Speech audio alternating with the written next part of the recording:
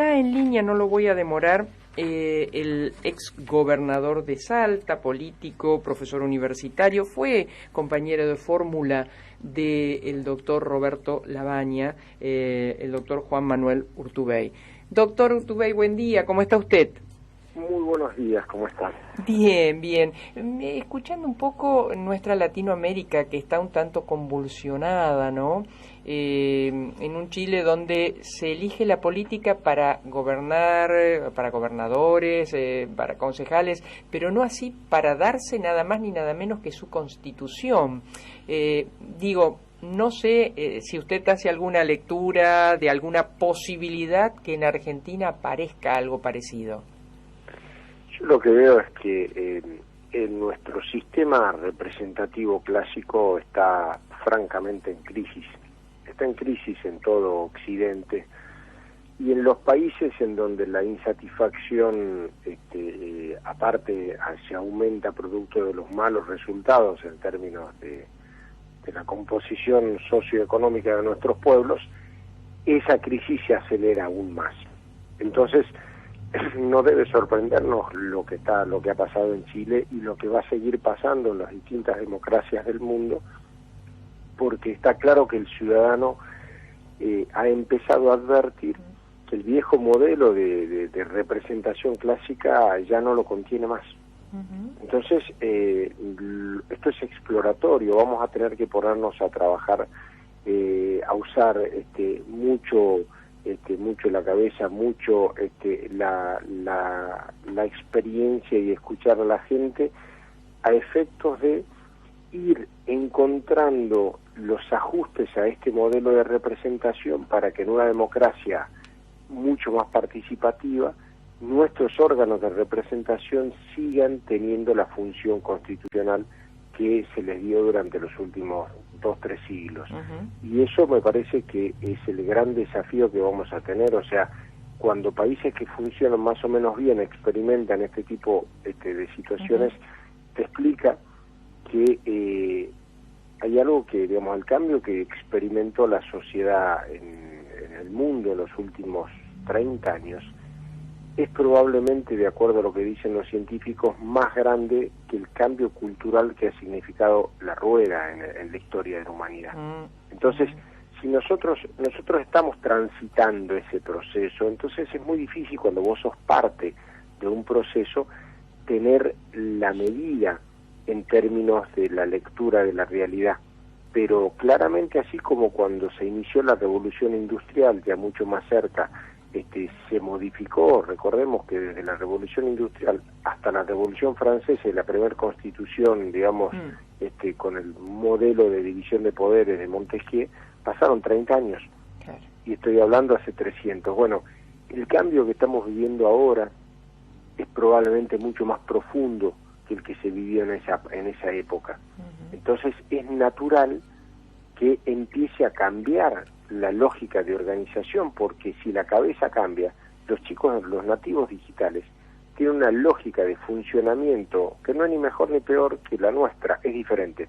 Entonces, si nosotros no entendemos que la estructura de elaboración del razonamiento cambia y por ende van a cambiar los modelos de relacionamiento de la sociedad, es que no estamos entendiendo que los procesos van a ir pasando por arriba de los viejos modelos, y eso en países como nuestro, Argentina, que lamentablemente a todo eso le suma una muy mala performance en términos de muy bajos resultados en el sistema democrático en los últimos 40 años, esto se va a agravar más aún. Y a propósito, digamos, está viendo, estamos con posibilidades electorales próximas, pareciera que la cuestión se arma principalmente entre dos coaliciones. Ahora, para Argentina, ¿qué en esta situación, con estos esquemas que estamos viendo, en donde en realidad no se está discutiendo prácticamente un modelo, o quien lo discute como es, o lo impulsa, como es la ex presidenta, tiene un núcleo duro, como llamamos en política, pero no mayoritario. ¿Qué cree? ¿Ve alguna posibilidad de que se empiece a interpretar este cambio que usted menciona, en donde la sociedad dice basta y la política queda rezagada discutiendo cargos? Sí, yo lo veo hoy ya en la Argentina se ve en la agenda. Yo sugiero tomar cualquier eje, digamos, periodismo gráfico, radial, televisivo, redes sociales, lo que sea. Nos sentemos a ver los 10 temas, si estoy siendo generoso, digamos, los 5 temas sobre los que discute la centralidad de la discusión política argentina. Lamentablemente, cuando uno se sienta a ver, son temas que no son temas de la gente en el 90%. Son temas que no tienen nada que ver. 4 de cada 5 temas, seguramente 80, van a ser temas que son temas de poder, discusiones de elecciones, discusiones de reforma de sistemas o del funcionamiento del Ejecutivo, del Poder Judicial, del Poder Legislativo. Lo que están discutiendo son cuestiones de poder. Entonces, eso va alejando cada vez más a la gente de su esquema de representación clásica, y eso naturalmente va a hacer que la gente se va a expresar en otro lado.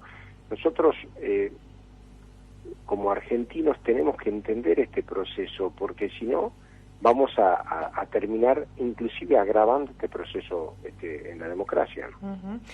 Usted está trabajando, integrando algún sector. Vemos allí, pero todo es Buenos Aires. Usted, por suerte, entiende lo que le pasa del AMBA para adentro, ¿no? Pero digo, uno ve que en Buenos Aires se dan todas las grandes discusiones. ¿Usted está en algún otro modelo más federal?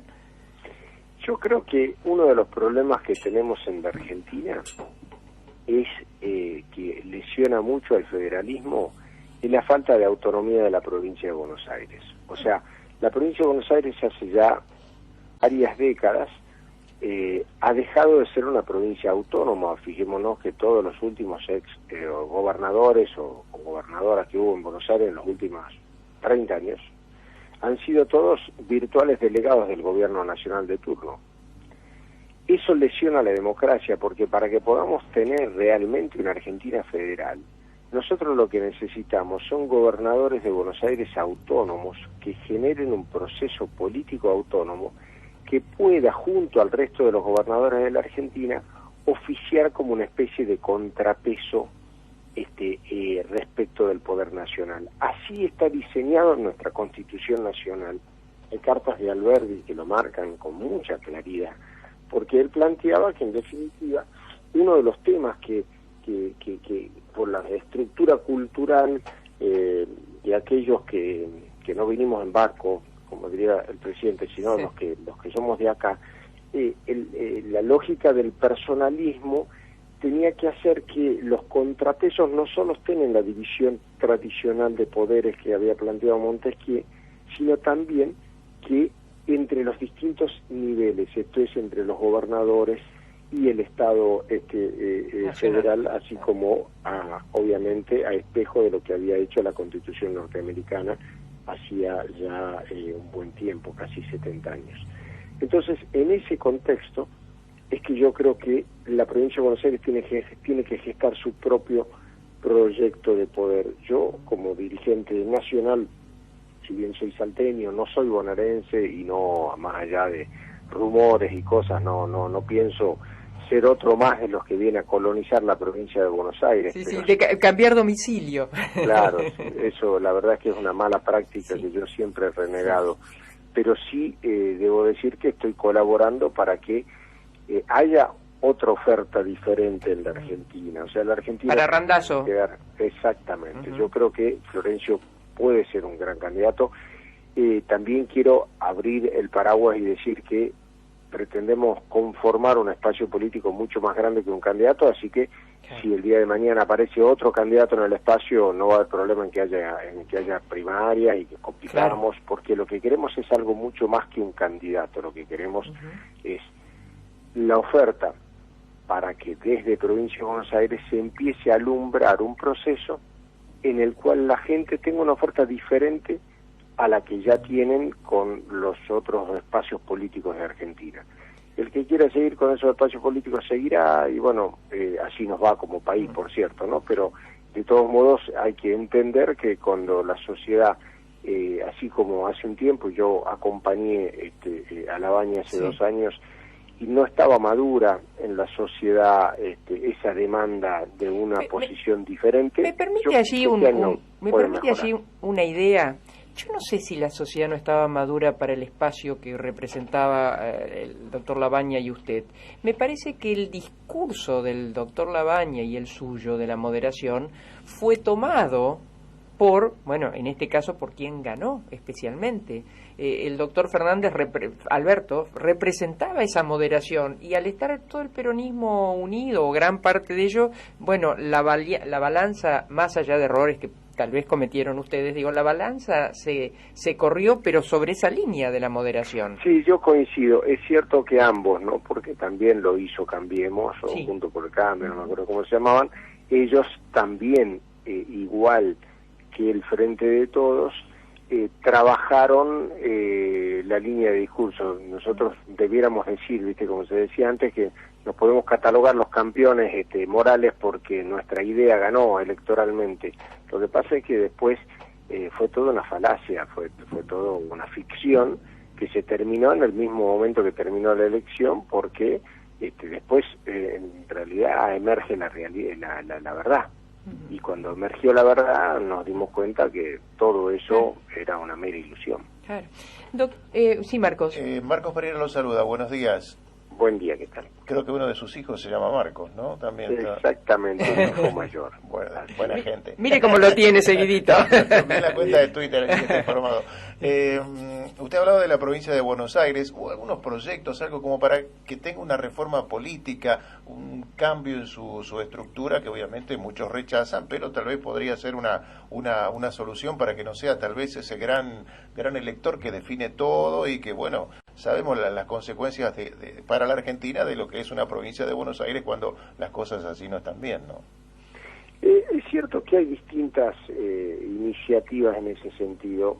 Podría ser interesante explorarlas, pero yo quiero empezar probando cómo funciona cumplir las normas que tenemos actuales y que realmente liberemos las cadenas de ese proceso político en esa provincia, como fue hasta le llamemos fines de la década del 80, en donde los gobernadores de Buenos Aires tenían autonomía y se comportaban como gobernadores que podían condicionar inclusive el poder nacional. Ojo, también debemos decir que durante los primeros años de los 90, si bien Duhalde surge como vicepresidente de Menem, luego conforma, o sea, él ya era un dirigente político de mucha trayectoria, pero llega a la gobernación siendo vicepresidente, a eso me refiero.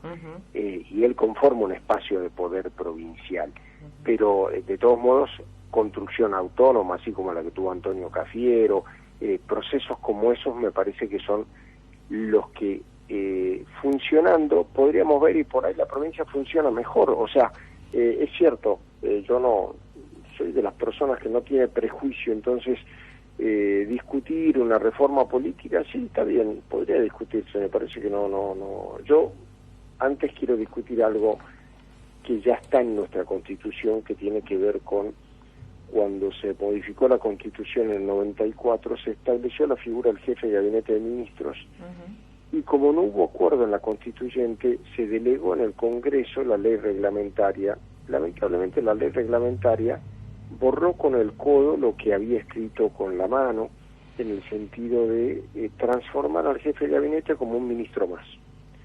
Y yo creo que ahí perdimos una oportunidad. Eso por ley, sin necesidad de reforma constitucional, sin nada, se podría establecer la figura del jefe de gabinete como está, pero designado con acuerdo del Congreso. Eso está habilitado en la Constitución, y eso generaría una lógica de necesidad de mayor legitimación en toma de decisiones, porque el jefe de gabinete, de acuerdo a la Constitución, es el jefe de la administración pública. Si ese jefe de la administración pública necesita el aval del Congreso para avanzar o no en determinadas cosas, puede empezar a generar la necesidad de mayores consensos. Yo creo que hay que explorar a ver qué nos puede obligar, ya que no lo hacemos por convicción, lo hagamos por necesidad. Claro, maneja el presupuesto. Con la ley, Claro, hacer consensos. claro. Maneja el presupuesto Sí, bastante. y tiene disponibilidad para ello. No quiero despedirlo agradeciéndole sin que nos cuente qué pasó con la presencia del presidente, con los gauchos de Güemes, qué pasó, y además después el correlato político, ministros que han intentado renunciar o han renunciado, ¿qué pasó en Salta? Fue muy triste lo que pasó, porque en Salta hay una real devoción por la figura del general Martín Miguel de Güemes. Güemes, que no solamente fue un héroe en la lucha por la independencia, fue el primer gobernador electo, fue un verdadero revolucionario en la provincia, y hay un amor y, como decía, una devoción del pueblo gigantesca. Todos los años los gauchos hacemos una vigilia en donde acompañamos, todo un proceso largo, ¿no?, que empieza 10 días antes, que nos vamos a caballo, desde donde lo hieren hasta donde muere Güemes. Hacemos la marcha, acompañamos ese momento, luego la noche previa se hace la vigilia, en donde es un espectáculo muy interesante de ver cómo se vive, cómo lo viven los gauchos, que es fogones en el monumento a Güemes, son guitarreadas que se quedan cantando toda la noche. Bueno, eso no se hizo porque no se podía juntar gente por la pandemia, se prohibió eso. No se permitió el desfile, estamos hablando del bicentenario de Güemes, siempre hay miles y miles de gauchos. Bueno, hay discusiones respecto de si eso, así como puedes circular en auto o caminando, podrías ir a caballo, en donde distancia social tenés seguro, porque el caballo no te permite acercar a otro. Sí, pero bueno, está bien, entendemos que se tomaron esas decisiones, pero después te aparece el presidente con 4 colectivos llenos de militantes, los bajan y te copan la plaza, y la gente vallada sin poder entrar. Te imaginas que la gente sintió que literalmente le habían robado su bicentenario, y fue muy muy triste, lamentablemente. La última pregunta, ¿cree que el gobierno puede tener chances de rescatarse? Yo soy siempre optimista respecto de eso, pero lo que se necesita es un cambio muy grande en términos de autopercepción. O sea, me parece que uno de los grandes problemas es cuando uno cree que el gobierno es el que debe ser el factor de todo, y el único factor de todo. Entonces, cuando vos tenés un gobierno que cree que el Estado debe ser el único actor de la economía, el único actor de la sociedad, el que determina el nivel de libertades de cada uno de los individuos y demás, eso genera una situación muy difícil, porque te autolimita en términos de entender que el Estado tiene que ser solamente un articulador, ¿viste? A veces pasa, yo pongo la figura que a veces a alguna gente no le gusta mucho, pero me parece que habla por sí sola. Es como un referí en un partido de fútbol. Cuanto vos menos notás la existencia del referí, es que mejor fue el partido, mejor fue el referí.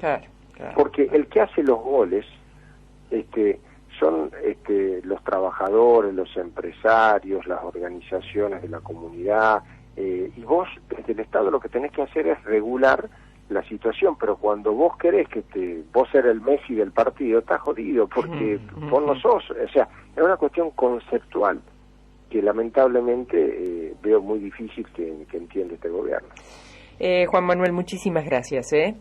Por favor, muchas gracias a ustedes, que tengan un muy buen fin de semana. Gracias, y feliz Día del Padre mañana. Muchísimas gracias.